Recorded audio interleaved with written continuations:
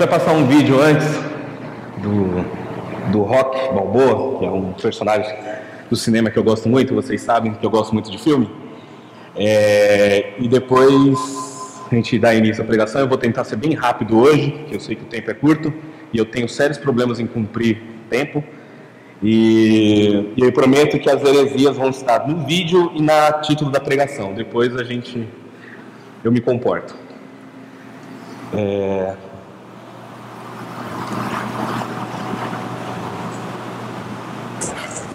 Então vai lutar mesmo. Pô, começa a treinar amanhã. Rocky, eu fiz uns contatos. Posso ganhar algum dinheiro nisso. Publicidade. Com certeza, faça isso. Obrigado. De nada. Tchau. Você está nervoso com a luta? Tô assustado. Não parece. Eu não posso aparentar. Então você não tem que lutar. Mas eu acho que tem.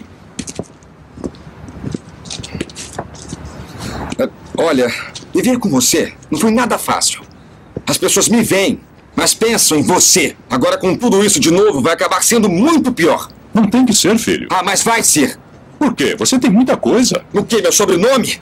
Foi por isso que arranjei um emprego decente. Por isso que as pessoas me tratam bem desde o começo. Agora eu começo a conseguir as minhas coisas. Eu começo a conseguir tudo sozinho. E isso acontece. Eu estou pedindo um favor a você. Desista dessa luta. Isso vai acabar muito mal pra você e vai acabar muito mal pra mim. Acha que eu prejudico você? Acho. Tá me prejudicando. Essa é a última coisa que eu quero na vida. Eu sei que você não quer fazer isso, mas é exatamente o que tá fazendo. Não liga pro que as pessoas pensam. Não te incomoda que as pessoas fiquem fazendo piadinhas de você e eu vou estar incluído nisso. Acha que isso está certo? Você acha?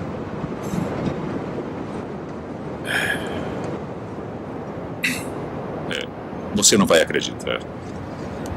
Mas você cabia aqui. Eu segurava você e dizia para sua mãe: esse menino vai ser o melhor menino do mundo. Esse menino vai ser melhor do que qualquer um que conhecemos. E você cresceu bom, maravilhoso. Foi muito legal ver você crescer. Foi um privilégio. Aí chegou a hora de você ser adulto e conquistar o mundo. E conquistou. Mas em algum ponto desse percurso, você mudou. Você deixou de ser você. Agora deixa as pessoas botarem o dedo na sua cara e dizerem que você não é bom. E quando fica difícil, você procura alguma coisa para culpar. Como uma sombra. Eu vou dizer uma coisa que você já sabe. O mundo não é um grande arco-íris. É um lugar sujo, é um lugar cruel, que não quer saber o quanto você é durão. Vai botar você de joelhos e você vai ficar de joelhos para sempre se você deixar. Você, eu, ninguém vai bater tão duro como a vida. Mas não se trata de bater duro. Se trata de quanto você aguenta apanhar e seguir em frente. O quanto você é capaz de aguentar e continuar tentando. É assim que se consegue vencer. Agora, se você sabe o seu valor, então vá atrás do que você merece, mas tem que ter disposição para apanhar. E nada de apontar dedos, dizer que você não consegue por causa dele ou dela ou de quem seja. Só covardes fazem isso e você não é covarde. Você é melhor do que isso.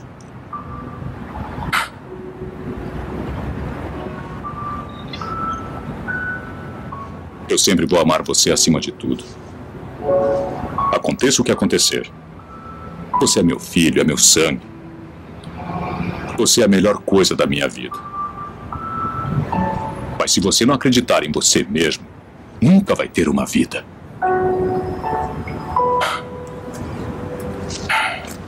Não esqueça de visitar a sua mãe.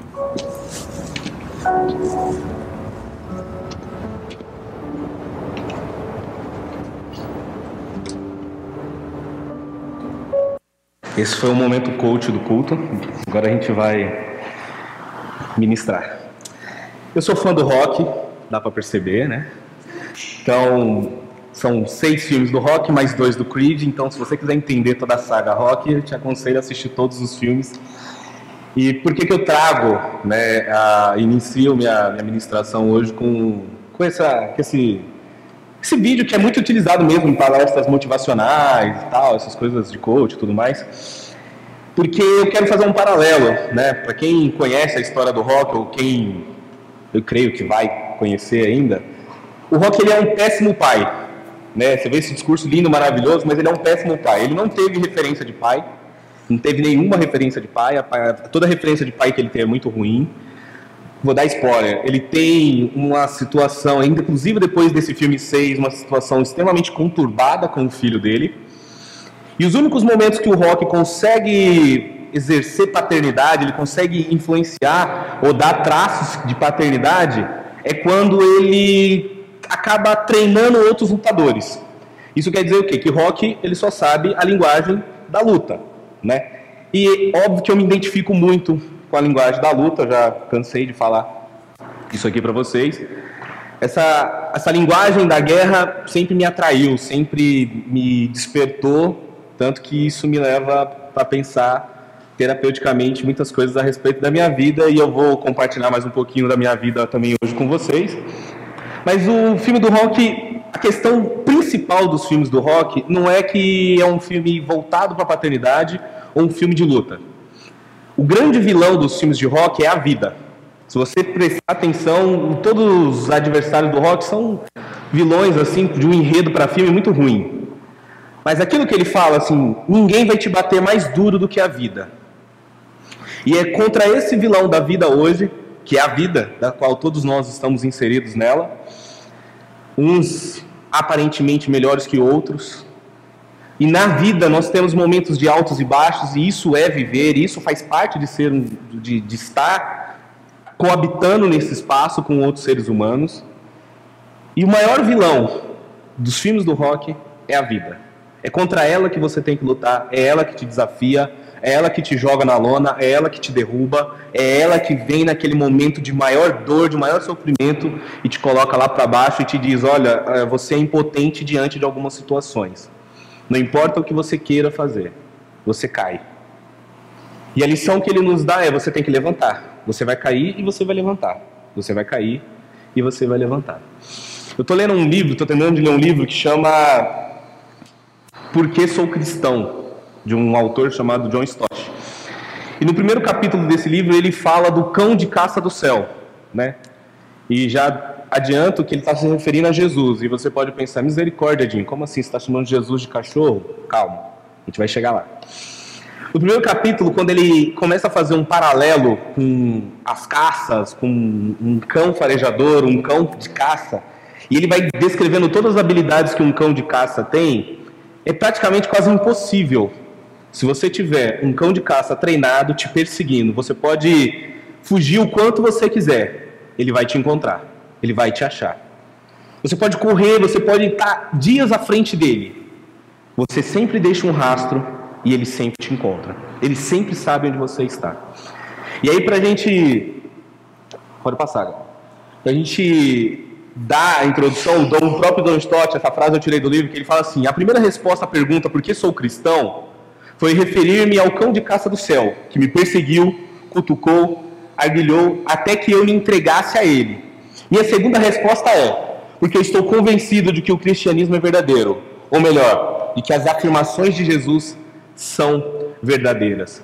E aí nesse livro ele vai fazendo, aconselho a quem tiver interesse procurar depois e ler, e ele vai fazendo toda uma descrição de como Jesus, ele é diferente da maioria dos outros líderes religiosos, de Maomé, de Moisés, de Buda, de Krishna, como que Jesus, por ser Deus, ele se transforma, né, numa coisa fantástica que é o ser humano, vive a vida de um ser humano, enfrenta as lutas e as dificuldades de um ser humano e vence todas elas. Por isso que lá em João 15:33 ele fala, não vos preocupeis, porque eu venci o mundo, né? No mundo tereis aflições, mas não vos preocupeis, eu venci o mundo. Infelizmente nós não conseguimos vencer o mundo. A gente tem a sensação de vencer o mundo e a gente incorre em diversos erros. E eu vou correr o risco de incorrer em um agora, que é falar sobre uma pregação de outro pastor. Então, o pastor Rogério, 2 ou 3 semanas atrás, ele pregou sobre fé. Enquanto ele pregava sobre fé, eu estava pirando em várias coisas, em momentos da minha vida de fé, e lendo depois, e buscando depois da pregação. E aí, Deus me incomodou muito com uma coisa. Por quê? Né, que era a pergunta do pastor da fé. Por que eu tenho fé? E aí, complementando tudo que ele já falou, e aí você pode buscar depois na pregação, mas a fé, ela tem uma finalidade, dentre muitas, mas uma muito específica. E é só sobre essa que eu vou tentar falar hoje. E tem tudo a ver com essa questão do cão de caça do céu. Dessa questão de você estar sendo perseguido, sendo caçado por alguém. Aí você fala assim, não, Ed, mas peraí, Jesus ele me ama, Jesus, né? Ele não está me obrigando a segui-lo, a buscá-lo, né? E aí eu vou te mostrar por que Jesus está à tua procura, e por que Jesus está te caçando, e por que ele te encontra, e por que você está aqui hoje, e por que você e eu temos que tomar uma decisão de fé com relação a tudo que ele tem feito, e tudo que ele tem realizado na minha e na sua vida. Tem a passagem do filho pródigo na Bíblia, esse aqui é um outro livro que eu aconselho a ler, também não sei se tem, fácil de achar, mas é A Volta do Filho Pródigo, né? Esse é um dos melhores livros que eu li na vida. Sabe, tem um pastor que ele fala assim, você não pode sair dessa vida sem ter lido esse livro antes. Esse é um dos livros que você precisa ler. E aquele ali é um quadro que está na capa do livro do Rembrandt, que foi feito, sei lá, 300, 400 anos atrás, e ele retrata, é uma das obras de arte mais valiosas do mundo, e ele retrata esse reencontro do pai com o filho pródigo. Então está ali o pai abraçando o filho, e ali eu poderia gastar horas descrevendo todas as imagens, que é o que o livro tenta fazer, sobre essa passagem do filho pródigo, e é sobre ela que nós vamos pregar hoje, e é uma das passagens que eu mais gosto na Bíblia, porque eu sempre me vejo na condição de filho pródigo. Sempre me vejo nessa condição de filho pródigo. Então nós vamos ler agora. Vou passar agora. Jesus continuou. Um homem tinha 2 filhos. O mais novo disse ao seu pai: Pai, quero a minha parte na herança. Assim ele repartiu a sua propriedade entre eles. Não muito tempo depois, o filho mais novo reuniu tudo que tinha e foi para uma região distante. E lá desperdiçou seus bens vivendo irresponsavelmente. Pode ir, Gabi. Depois de ter gastado tudo, houve uma grande fome em toda aquela região, e ele começou a passar necessidade. Por isso foi empregar-se com um dos cidadãos daquela região, que o mandou para o seu campo a fim de cuidar de porcos. Ele desejava encher o estômago com as vagens de alfarrobeira que os porcos comiam, mas ninguém lhe dava nada. Caindo em si, ele disse: Quantos empregados de meu pai têm comida de sobra, e eu aqui morrendo de fome? Eu me porei a caminho e voltarei para meu pai, e lhe direi: Pai, pequei contra o céu e contra ti. Não sou mais digno de ser chamado teu filho. Trata-me como um dos teus empregados. A seguir, levantou-se e foi para o seu pai. Estando ainda longe, seu pai o viu e, cheio de compaixão, correu para o seu filho e o abraçou e o beijou. O filho disse: Pai, pequei contra o céu e contra ti. Não sou mais digno de ser chamado teu filho. Mas o pai disse aos seus servos: Depressa, traga a melhor roupa e vistam nele. Coloquem um anel em seu dedo e calçado em seus pés. Traga um novilho gordo e matamo-no. Vamos fazer uma festa e comemorar. Pois este meu filho estava morto e voltou à vida. Estava perdido e foi achado. E começaram a festejar. Enquanto isso, o filho mais velho estava no campo. Quando se aproximou da casa, ouviu a música e a dança. Então chamou um dos servos e perguntou-lhe o que estava acontecendo. E esse lhe respondeu: Seu irmão voltou. E seu pai matou o novilho gordo porque o recebeu de volta, são e salvo. O filho mais velho encheu-se de ira e não quis entrar. Então seu pai saiu e insistiu com ele. Mas ele respondeu ao seu pai: Olha, todos esses anos tenho trabalhado como um escravo ao teu serviço e nunca desobedeci às tuas ordens. Mas tu nunca me deste nem um cabrito para eu festejar com os meus amigos. Mas quando volta para casa esse seu filho, que esbanjou os teus bens com as prostitutas, matas o novilho gordo para ele? Disse o pai: Meu filho, você está sempre comigo, e tudo o que eu tenho é seu. Mas nós tínhamos que comemorar e alegrar-se, porque este seu irmão estava morto e voltou à vida, estava perdido e foi achado. Essa é a clássica história, né, do filho pródigo. Uma história que, para mim, ela se divide em 4 enredos bem interessantes, que é o primeiro enredo, se fosse uma peça ou um filme, que seria o filho, esse filho mais jovem, que chega no pai e fala: Pai, eu quero a minha herança. O segundo momento, que é esse momento que a vida lhe causa dor, que a vida lhe causa sofrimento, que a vida lhe coloca na lona, que a vida lhe derruba. O terceiro momento, que é o arrependimento, que ele olha assim, ele fala: Pô, tá tudo errado. Fiz alguma coisa que não deu certo, deu ruim em algum momento, preciso voltar. E o quarto e o quinto, que eu falei 4 são 5, o quarto momento é o pai o recebendo de volta, E o quinto momento é a indignação do filho mais velho. Então, esses 5 pontos são cruciais para a gente entender essa dinâmica dessa passagem do filho pródigo. E eu vou destacar algumas coisas, vou correr aqui, vou destacar algumas coisas bem importantes com relação a essa parábola que Jesus conta, né? E é uma parábola muito importante porque é o próprio Cristo que a relata, para exemplificar um problema ou uma acusação que ele estava sofrendo naquele momento. Jesus ele foi acusado de estar comendo com os pecadores, com os publicanos, com as prostitutas, com os bêbados, ou seja, com a escória da sociedade. E aí ele conta essa parábola. E aí quando a gente vai olhar para essa parábola, é um negócio meio, talvez, normal, não é? Para os dias de hoje. Ah, meu filho fazer o quê, né? Eu tentei, dei educação, dei de tudo, fiz o bom e o melhor, mas ele virou a cabeça, foi para o mundo, vou fazer o quê? Vou matar? Não posso. Então, se arrependeu, voltou para casa. Eu acho que esse é o dilema de muitos pais, né? E muitos pais talvez vivam, estejam vivendo, ou morrem de medo, como eu, de viver. Mas é um dilema que incorre o tempo inteiro.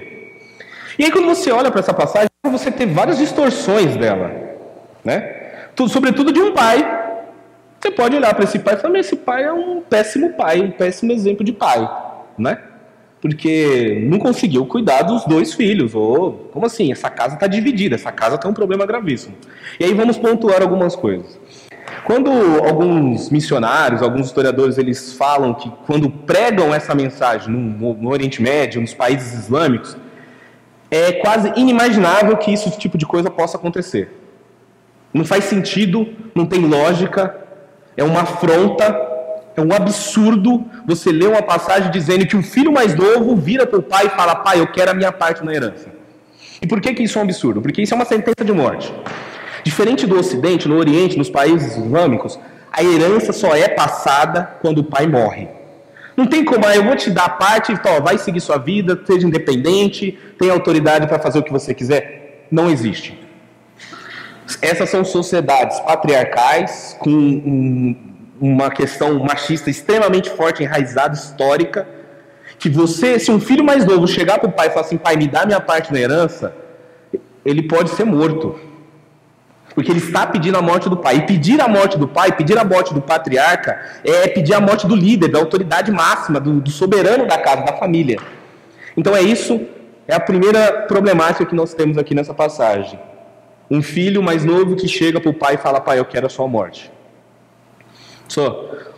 Na escala dos meus filhos homens, o Theo é 3 minutos mais novo que o Heitor. Então, o Heitor é meu primogênito. Chega o Theo e fala, Edinho, pai, Edinho, né? Fala, Edinho, eu dou um tapa nele, brincadeira. Se ele fala, pai, dá minha parte na herança que eu vou sair fora aí, vou curtir a vida, vou pro rolê, vou pras baladas, vou curtir. Tipo assim, como é que é? Você quer que eu morra? Fiz tudo por você, me dedico tanto à sua vida e você quer que eu morra agora para você curtir a vida? É isso que você quer? Aí você fala, nossa, que filho ingrato, que filho maldito, que filho... Beleza. Aí tem o segundo filho, né? Que é o revoltado lá do final da história. Aí o segundo filho, que é o filho mais velho, que tem que fazer as vezes do pai, sobretudo quando esse pai morre ou quando esse pai não tem mais condições de administrar a família. Esse irmão mais velho, que está todo indignado, ele recebe a parte dele também. Porque lá nos primeiros versículos a Bíblia vai falar assim, que ele repartiu entre os 2. Ou seja, os 2 filhos querem que o pai morra. Só um pai agora, tipo, se tinha só o Theo querendo que eu morresse, agora eu tenho a verdade, pai, gostei dessa ideia, dá minha parte também, e morre aí, dá a nossa parte. Ou seja, os 2 filhos estão interessados numa única coisa, no dinheiro do pai. Porém, tem motivações diferentes. Certo? Porém, o filho mais velho, ele tem um outro agravante, que é assim, ele é mais velho, então ele não chega no mais novo e não dá uma bronca nele, fala, você tá louco? Como assim? Você quer que o pai morra? Não, claro que não. Isso que você está fazendo está errado. Mas não. E a história corre.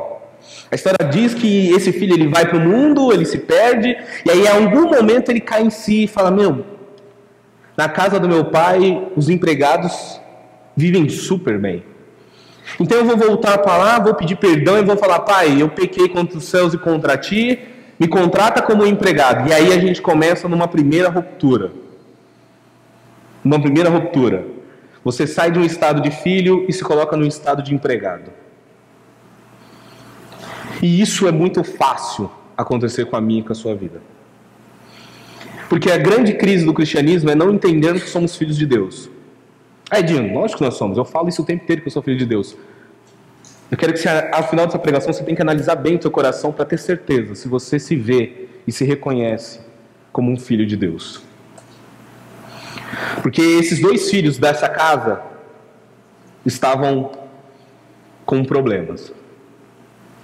E aí quando Jesus está contando essa parábola, Jesus ele faz referência a duas outras parábolas anteriores. Que Jesus começa dizendo assim, tinha uma ovelha que se perdeu no deserto, e o pastor deixou as 99 no aprisco e foi atrás daquela que estava perdida. Ou seja, uma ovelha que se perdeu no mundo, um filho que se perdeu no mundo, o pastor foi atrás. Ou seja, é possível se perder lá fora, é possível estar perdido lá fora. Talvez você entre na igreja e fale assim, Edinho, eu estou perdido, eu não consigo me conectar com igreja, com religião, com fé, eu não consigo, eu estou perdido, eu quero viver a vida, mas eu estou perdido, eu estou no deserto e nesse deserto eu não consigo ver perspectiva, porque é para onde eu olho, minha vida está uma bagunça, está vazia, está fria, e aqui eu não vejo esperança de nada, não tem nada mudando, então eu estou perdido, eu estou desiludido com a vida. E aí Jesus vem e ele conta uma segunda parábola, que é tudo introdução da parábola do filho pródigo. E aí ele fala, então tinha uma mulher e tinha 10 moedas, 10 dracmas. E ela perdeu uma das moedas. E ela vasculhou a casa, ficou procurando o tempo inteiro até encontrar aquela moeda. E quando ela encontrou aquela moeda, ela se alegrou e foi festejar com seus amigos. Você fala, ovelha, moeda, filho pródigo. Aqui é uma moeda que se perdeu aonde? Dentro da casa. Aqui é o crente que se perde dentro da igreja, é o crente que se perde dentro dos ministérios, é o crente que se perde dentro dos seus afazeres, é o crente que se perde dentro do discipulado, dentro do dono, dentro do grupo de louvor, é o crente que se perde dentro da casa. Mas calma, ainda há procura dentro da casa e há procura fora da casa. A extensão e a grandeza do amor de Deus com esses dois filhos é isso. Um foi para o mundo e se perdeu. Um ficou dentro e se perdeu. Porque ambos não se viam como filhos. Se você lembrar, o que o filho mais velho fala? Eu trabalhei para você como um escravo. Um se vê como empregado, o outro se vê como escravo. Ambos se veem legalista. Ambos se veem só fazendo coisa para o pai. E não conseguem enxergar nada que o pai faz por eles. Não conseguem verificar nada da grandeza do amor do pai para com eles. E talvez esse seja um problema para mim e para você hoje. Será que eu estou aqui, ou eu estou dentro, ou eu estou fora, e eu consigo ver o amor de Deus na minha vida? Eu consigo realmente entender e sentir que eu sou filho de Deus, que Deus me ama, que realmente eu tenho algo do qual Deus se importa, do qual o Pai se importa, do qual Deus se importa comigo? Ou eu sou só mais um na multidão? E com relação a essa mulher, e aí a gente vai entender por que estar perdido é extremamente complicado. Quando essa mulher ela encontra essa moeda e ela se alegra, aí você fala assim, mas caramba, perdeu uma moeda, quem não perde? Quem já perdeu brinco? Quem não perdeu? Eu perco coisa o tempo inteiro dentro de casa e eu tenho um problema, eu tenho que deixar sempre a mesma coisa no mesmo lugar, senão eu não vou achar. Tá, você viu onde está tal coisa? É batata. Eu tenho um sobrinho, Natan, quando eu morava com ele, mãe, eu perdia muitas coisas, mas eu acho que ele me pilantrava, porque assim, eu falo assim, Natan, você viu tal coisa? Ah, não vi. Eu falei, se você achar, eu te dou R$10, te dou R$5. Aparecia na hora. Ou ele escondia, ou ele sabia onde eu deixei e ficava esperando a negociata. Mas isso acontecia bastante. Essa mulher, quando ela perde essas moedas, o que acontece muito no Oriente Médio, acontecia muito naquele tempo, era a questão do dote.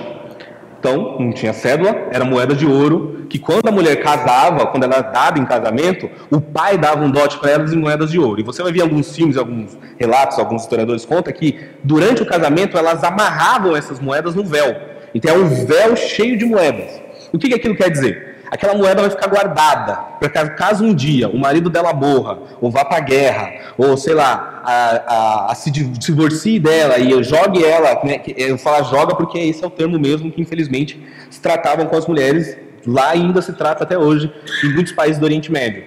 Quando ela é devolvida para a casa do pai, aquela moeda é a garantia para que ela volte para a casa do irmão mais velho ou para a casa do pai.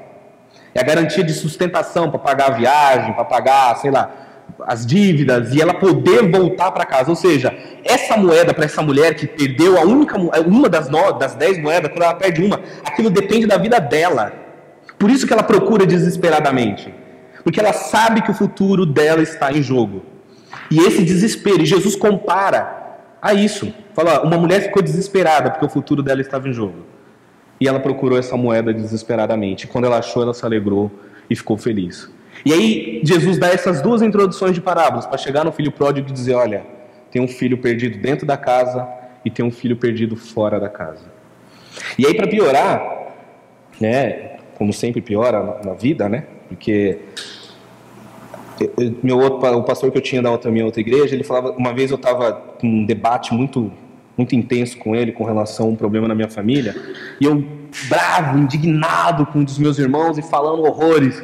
E ele falava assim, Edinho, a vida ensina. Você não está tentando ensinar, você não está falando de Deus e tal, o seu irmão não quer ouvir? A vida ensina. Porém, a vida não tem amor para te ensinar. Como o Rock diz, é um lugar sujo, um lugar violento, e vai te jogar na lona. E vai te jogar na lona. E Cristo, ele vem e nos dá uma segunda via. Né? Em João 10:10, ele fala assim, que eu sou o caminho, a verdade e a vida. Né? Não, em João 14:6, eu sou o caminho, a verdade e a vida. Eu sou a vida. Eu trago vida. Eu trago esperança. E quando a gente vai percebendo essa questão dos dois filhos, você vai vendo o quanto é prejudicial estar perdido. Porque a palavra perdido, ela tem uma origem no grego que chama apolion, né? Porque você perdeu, acha, é tão simples, perder alguma coisa você acha. Mas não, quando você pega a palavra, violentamente, é uma ideia de você perecer, de você implicar numa destruição permanente, é uma absoluta destruição da própria vida, é morrer, é completamente ser exterminado. Essa palavra, apolios, que está escrito ali, ó, estava perdido, no grego vai estar estava apolions, quer dizer que você está prestes a ser destruído, você está prestes a ser aniquilado, você está prestes a não existir, a morrer. Não é só estar perdido, você está ali, jogado, e você pode simplesmente ser destruído. E nessa passagem, o pai, o que ele faz? Quando o filho volta, cai em si, e a Bíblia fala que ele volta, o pai corre em direção a ele. Não é ele que corre em direção ao pai, é o pai que corre em direção a ele. Alguns estudiosos dizem que se o pai não fizesse isso, o filho correria o risco de ser apedrejado pelas pessoas ao redor da casa. Porque o que ele fez com o pai foi uma afronta de morte. Então, assim, era direito das pessoas matarem aquele filho, pelo que ele fez com o pai dele. E o pai corre em direção a ele, o abraça e fala, coloca uma roupa melhor nele, coloca um anel de autoridade, porque ele é meu filho. Essa coisa de roupa é importante. Quando você lembra de Jacó, quando ele dá um manto para José, e é um manto de autoridade, Jacó passou a autoridade dos 12 filhos e falou assim, José, você vai ser autoridade nessa casa. É sobre você que eu estou dando autoridade, é você que vai mandar aqui. E o pai está dizendo, olha, restabelece a autoridade, você não é meu empregado. Coloca um anel no seu dedo, você é meu filho, você é dono da herança. E é lindo o que esse pai faz. Ele corre em direção ao filho para proteger. Que é o que Deus tem feito comigo e com você. Deus tem corrido na minha e na sua direção. Deus tem nos caçado como um cão de caça do céu. Para que eu e você reconheça o quanto Ele está disposto a me salvar dentro da igreja ou fora da igreja. O quanto Ele está disposto a me salvar dentro da religião ou fora da religião. O quanto a iniciativa partiu dele, não minha. Porque da minha parte eu vou pegar o meu dinheiro e quero gastar comigo. Ambos, ninguém quis gastar o dinheiro com o pai. Vocês ouviram ele falar, pai, por que você não dá o dinheiro pra gente te devolver uma casa, pra você se aposentar, ficar de boa? Ou pra gente pagar uma viagem pro senhor, pai, viajar, conhecer o mundo? Não. Ambos falaram assim, ele foi gastar com a prostituta e eu queria gastar com meus amigos e você não me dá? Ninguém quer gastar com o pai. Quantas vezes eu e você não queremos saber de Deus, mas queremos gastar as bênçãos de Deus? Por isso que eu falei, a fé pra quê? Me questionamos muitas vezes, será que eu tenho fé para mudar de casa, eu tenho fé para mudar de emprego, eu tenho fé para isso, eu tenho fé para aquilo, eu tenho fé para conseguir tal coisa? Eu tenho fé para ser filho de Deus? Porque isso é fundamental. Isso é de extrema importância. E a gente vê aqui que o problema não está com o pai, que é o que essa palavra tenta mostrar, que é o grande amor de Deus. O problema está nos filhos. Meu pai, quando ele morreu, eu já falei isso aqui algumas vezes, eu tinha 11 anos de idade, ele morreu assassinado. Só que antes do meu pai morrer, ele tinha uma profissão ilegal secundária, que ele vendia armas. Então na minha casa sempre teve armas, muitas armas. Então como era a dinâmica? Os amigos deles policiais matavam alguém, prendiam alguém, faziam uma batida, pegava as armas, trazia para meu pai revendia as armas para os amigos dele, para outros policiais, para bandido e coisa do tipo. Então na minha casa sempre tinha policial ou bandido comprando e vendendo arma. E, às vezes eu e meus irmãos até pegavam nas armas, brincava. Em casa tinha um armário que parecia um bunker de balas e revólveres e um monte de coisa, de munição, e ficava lá de vez em quando trancado, de vez em quando aberto, mas assim, era uma baita de uma responsabilidade, porque eu e meus irmãos inúmeras vezes pegamos nas armas do meu pai para brincar ou para mexer e tudo mais. Óbvio que politicamente muitos aqui já conhecem meus posicionamentos e tudo mais, eu sou, não só por experiência, mas por ideologia, absurdamente contra o armamento, contra porte de arma e posse de arma, porque eu acho que isso não vai levar a nada, isso só vai gerar morte. E quantas vezes eu vi o meu pai puxar arma para minha mãe, eu já vi meu pai puxar arma para o motorista de ônibus, meu pai tinha porte de arma, registro, tudo bonitinho, da arma que ele tinha, que era um Ross 5 tiros. E quantas vezes eu vi ele puxar arma? Eu já vi ele puxar arma dentro do estádio, porque ele brigou com um cara que estava falando mal do Corinthians. Maluco. Puxou arma para o motorista de ônibus que não parou, porque ele estava indo para o jogo e o cara não parou para os torcedores do Corinthians. Ele foi lá, fez o cara parar o ônibus para os torcedores entrar. E na rua, com briga, com outras pessoas. Quantas vezes eu vi ele tentando resolver com armas? Então, para mim, arma não é solução para nada. Entendo os motivos de muitas pessoas quererem ter e precisarem ter, mas é uma discussão que a gente faz em um outro momento, mas para mim é complicado. Cresci num ambiente com muitas armas, como eu estou falando, e num ambiente de muita morte, de ver pessoas morrerem na minha frente, na rua, na vizinho, de ter amigos, né? Pastor Rogério e Vanessa acompanharam muito disso, de ter amigos que morreram pelas drogas, pelas armas. E eu cresci nesse ambiente, minha adolescência toda foi dessa forma. E durante muitos anos da minha vida, eu fui consumido por raiva e por vingança. Isso era uma das tônicas. Eu me culpava pelo cara que matou meu pai. Porque eu tinha 11 anos e eu não pude fazer nada. E me culpava porque eu sabia que a pessoa que matou meu pai já tinha morrido e eu não pude matar o cara. Então isso foi durante toda uma adolescência, até ser encontrado pelo cão de caça do céu. Até ser encontrado por ele. E durante muitos anos, e até hoje eu luto para que minhas explosões de raiva não surjam. Para que o meu desejo de me vingar na hora que fazem algo comigo ou com alguém que eu amo, não venha à tona. E isso é uma luta constante. Diariamente. E eu cresci com esse meu pai. Ele tinha momentos bons, tinha momentos maravilhosos. E eu idealizava o meu pai, mesmo com tudo isso que eu estou te contando. Mas quando eu tive uma crise de ansiedade, que eu tive que ir para um terapeuta, tomar remédio, psiquiatra, e eu lembro que na quarta ou quinta sessão, que eu contando a minha história de família, contando as coisas que meu pai fazia, contando tudo, ele falou assim: o seu pai é um criminoso. A vontade de pular no pescoço dele, faltou pouco. Como é que é?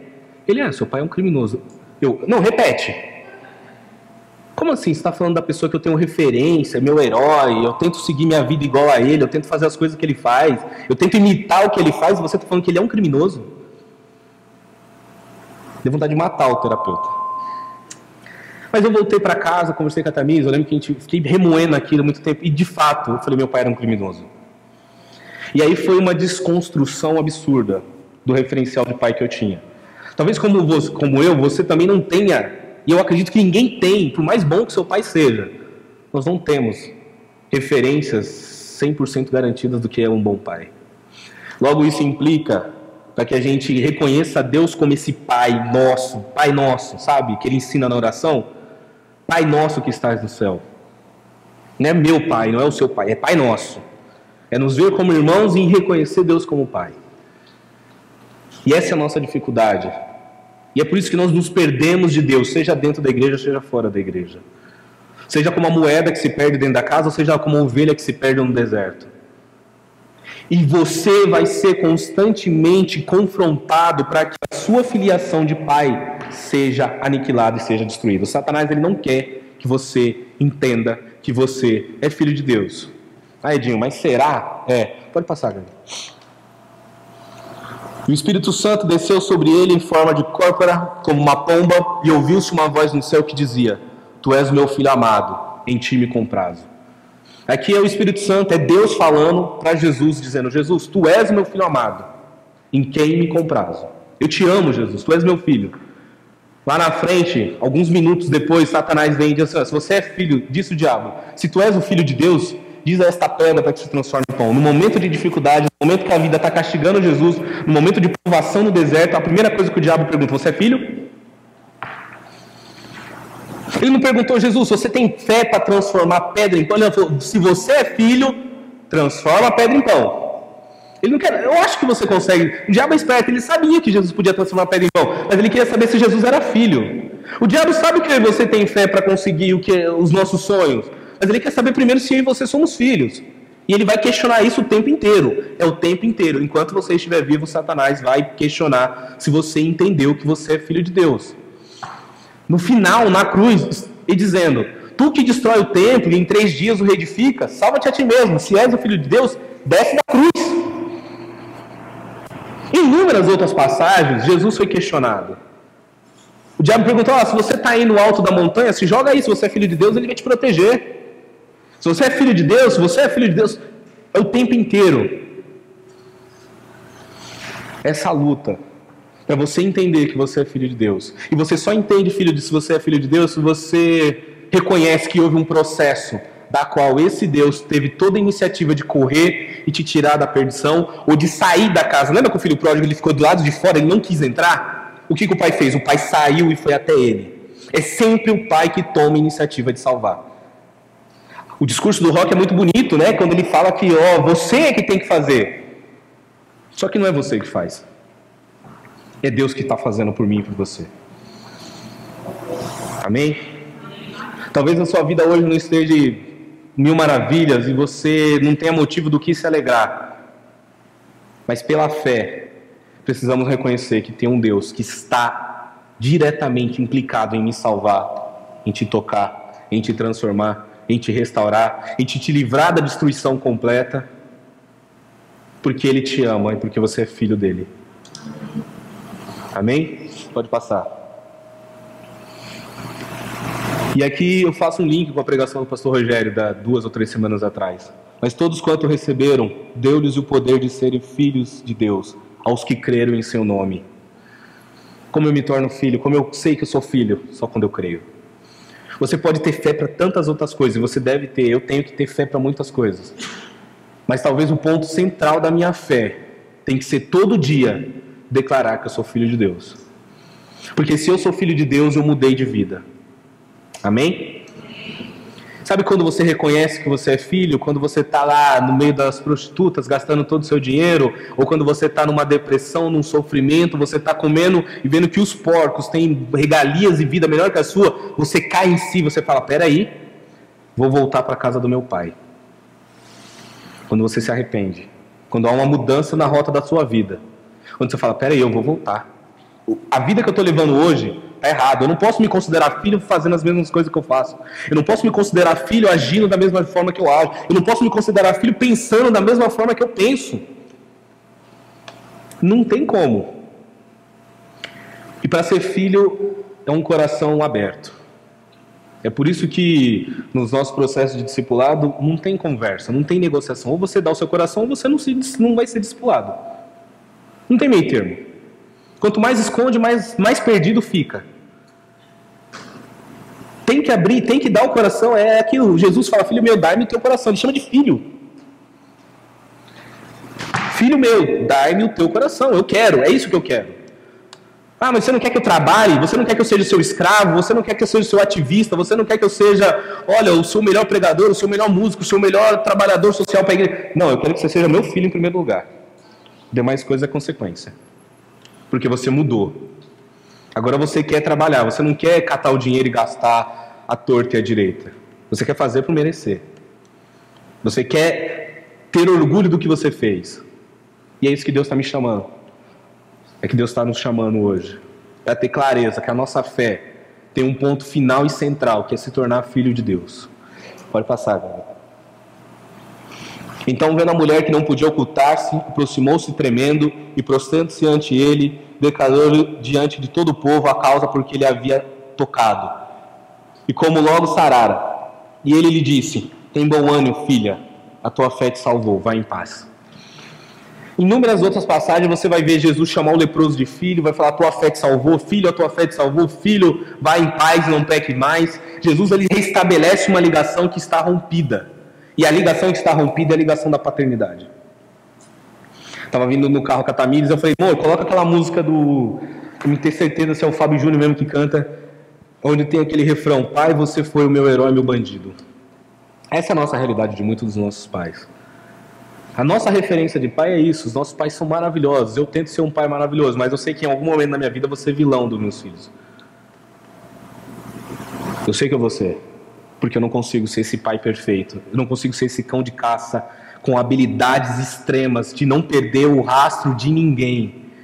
Não importa o tempo que for, não importa onde você esteja, seja no meio do deserto, eu te acho.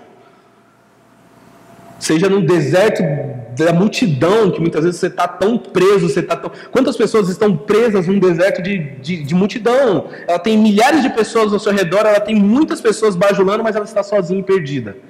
E Deus está atrás desses corações para resgatar. Ou então, quando você se perde dentro da casa, você está há anos dentro da igreja, e Jesus precisa vir aqui hoje e dizer: olha, você se incomoda com tantos pecados aí fora, você tenta mudar o mundo de todas as formas, mas você está perdido aqui dentro. Mas eu não vou te jogar para fora. Você está comigo ainda, você é meu. Amém? Essa é a tragédia da parábola do filho pródigo. A gente tende a sempre achar que o filho pródigo mais novo é o problemático, quando na verdade os dois filhos só queriam a mesma coisa, o dinheiro do pai. Muitos de nós só queremos uma única coisa: as bênçãos de Deus. Não queremos ser o filho de Deus. Amém? Essa mulher, ela não podia tocar em Jesus. Ela era uma mulher amaldiçoada. Ela era uma mulher que não podia estar no convívio das pessoas. E Jesus fala: filho, filha, pode vir. Tem de bom ânimo, a sua fé te salvou. Vai em paz. Primeiro ele me chama de filho, depois ele fala o que foi feito. Pode passar, Gabriel. Estou terminando, gente. Porque não recebeste o espírito de escravidão, para outra vez estares em temor, mas receberes o espírito de adoção de filhos, pelo qual clamamos: Abba, Pai. O mesmo espírito testifica com o nosso espírito que somos filhos de Deus.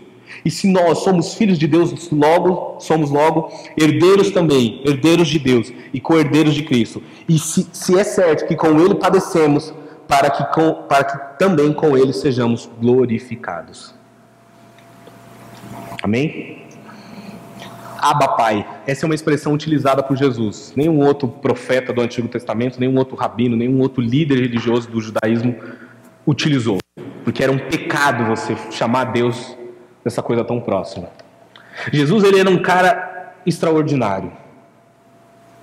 Jesus, ele multiplicava pão, ele curava aleijado, ele ressuscitava mortos, ele dava visão para as pessoas, ele curava endemoniado, ele pregava e as multidões se convertiam, os líderes intelectuais, as mentes mais brilhantes do seu tempo queriam conversar com ele, as crianças queriam ouvir Jesus, os mais humildes queriam ouvir Jesus, as mulheres que eram impedidas de ouvir a mensagem conseguiam ouvir Jesus. Jesus era incrível. Aí você pensa: é porque ele era tão incrível, ele foi morto? Teve que ressuscitar? Não. Sabe por que Jesus foi morto? Sabe qual é a acusação que decreta a crucificação de Jesus? É o dia que ele fala: eu sou filho de Deus. Aí mataram Jesus.